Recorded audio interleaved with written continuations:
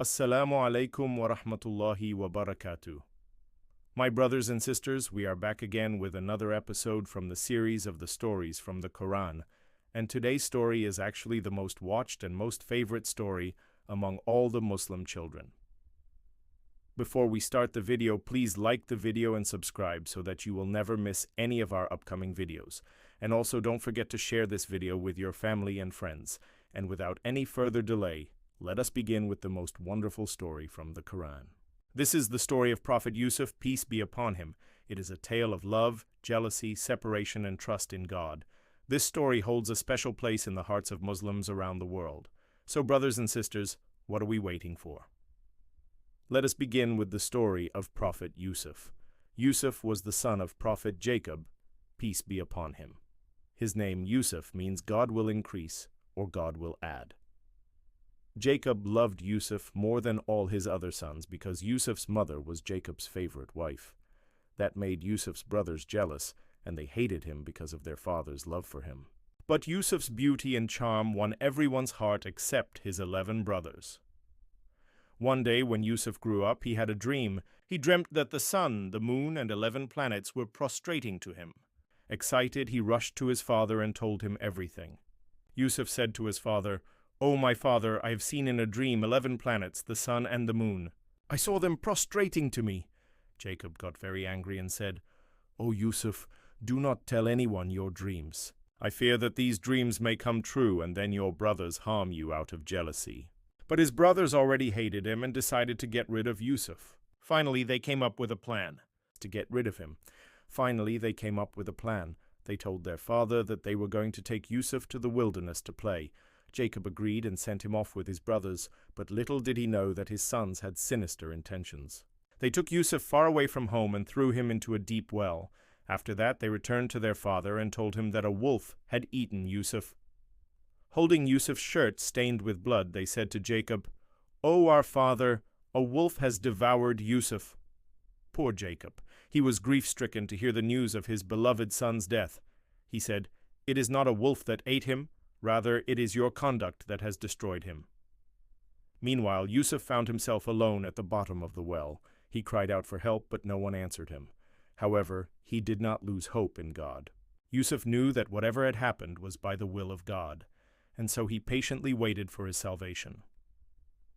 After a few hours, a caravan passed by and saw Yusuf in the well. They pulled him out, gave him water and food, and took him with them. Yusuf did not ask them any questions, nor did he inquire about his destination. He simply trusted his rescuers and allowed them to lead him wherever they were going. When the caravan reached Egypt, Yusuf was sold to a man named Aziz, who was the minister of the Egyptian king. The minister's wife was an extremely beautiful woman, and she noticed Yusuf and became infatuated with him. She invited him to her chambers under the pretense of teaching him how to read and write, but her intention was to seduce him. One day, when Yusuf entered the woman's chambers, she began to harass him and demanded that he reciprocate her advances. However, Yusuf resisted her and remained steadfast in his faith. The woman, enraged by Yusuf's rejection, became furious and vowed to make his life miserable. The woman tried to trap Yusuf by tempting him with worldly pleasures and material possessions, but he rejected her advances. Enraged by his refusal, she falsely accused him of attempting to assault her and confined him to a small room in her chambers. The woman hoped that Yusuf would eventually give in to his desires and abandon his faith, but Yusuf remained steadfast and patient throughout his ordeal. After some time, the woman came up with a new plan. She called one of her female servants and instructed her to seduce Yusuf. If he resisted, she ordered the servant to say, "The woman is right. It is better for you to give in to your desires rather than endure this confinement." However, Yusuf rejected the servant's advances just as he had rejected those of the woman. He remained resolute and did not compromise his faith. The woman was furious and threw the servant out of the room. She then went to the king and told him lies about Yusuf, saying that he had tried to assault her and was now plotting against her in prison. The king, believing the woman's lies, had Yusuf thrown into prison. Although Yusuf was innocent and had done nothing wrong, he accepted his fate with grace and dignity. He knew that everything was happening according to the will of God, and he trusted that God would eventually set things right. While in prison, Yusuf continued to worship God and call others to the path of righteousness. He also befriended 2 fellow prisoners who had been incarcerated for their own wrongdoings. One of the prisoners was a nobleman who had stolen from his master, while the other was a baker who had angered the king. Yusuf consoled them and reminded them not to despair of God's mercy. One night Yusuf had a dream in which the nobleman and the baker each saw a staff with 3 buds that sprouted in front of them. Confused, they asked Yusuf to interpret their dream. Yusuf, drawing upon his own experiences and his connection to God, interpreted the dream as a sign that the nobleman would return to the favor of the king after a period of imprisonment, but that the baker would be put to death. True to Yusuf's prediction, the nobleman was released from prison and returned to the king's good graces. However, the baker was executed as Yusuf had foretold. The saved nobleman was grateful to Yusuf for his accurate interpretation of the dream, and he promised to remember Yusuf to the king when the time came for his release. As soon as the nobleman was free, he went to the king and told him about Yusuf, praising his ability to interpret dreams. Intrigued, the king summoned Yusuf to his court. When Yusuf arrived, the king informed him that he had heard about his reputation and asked him to interpret a dream he had had. The king explained that he had dreamed of 7 fat cows being devoured by 7 skinny cows, as well as 7 healthy ears of grain being devoured by 7 withered ears. Yusuf, relying on his connection to God, interpreted the dream for the king. He explained that the 7 fat cows represented 7 years of plenty, and the 7 skinny cows represented 7 years of famine.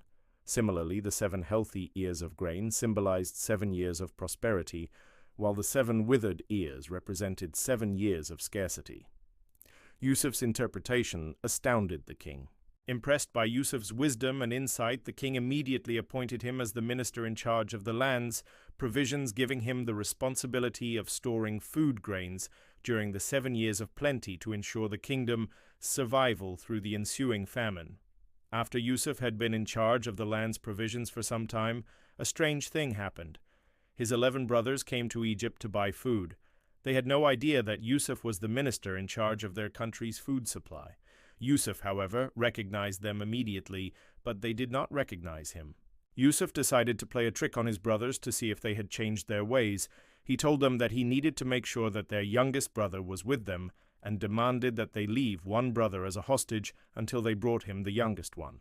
His brothers left, grumbling and complaining about the heavy demands of the minister. This charade continued for a few days, and Yusuf tested his brothers several times before finally revealing his true identity to them. When he finally revealed his identity, his brothers were shocked and filled with remorse for their past actions. Yusuf forgave them and welcomed them to Egypt. He brought his brothers before the Pharaoh and told the king that these men were his brothers and that they were honorable people from a distant land. Pharaoh welcomed them warmly and provided them with everything they needed. Yusuf then reunited with his father, Jacob, who was overjoyed to see his son after so many years. The reunion was filled with emotion as Jacob embraced Yusuf and thanked God for bringing them back together. The story of Prophet Yusuf is truly inspiring and teaches us valuable lessons about trust in God, forgiveness, and the importance of staying true to ourselves.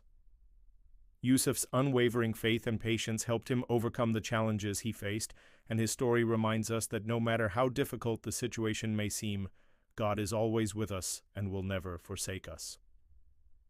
Brothers and sisters, the story of Prophet Yusuf is a reminder for all of us to stay true to our faith and values, no matter what challenges we may face. Yusuf's unwavering belief in God helped him endure the difficult situations he faced, and his story encourages us to trust in God's plan for us, even when we may not understand it.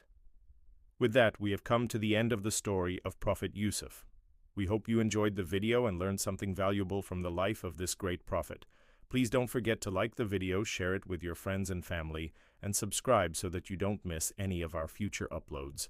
May the peace and blessings of God be upon you all.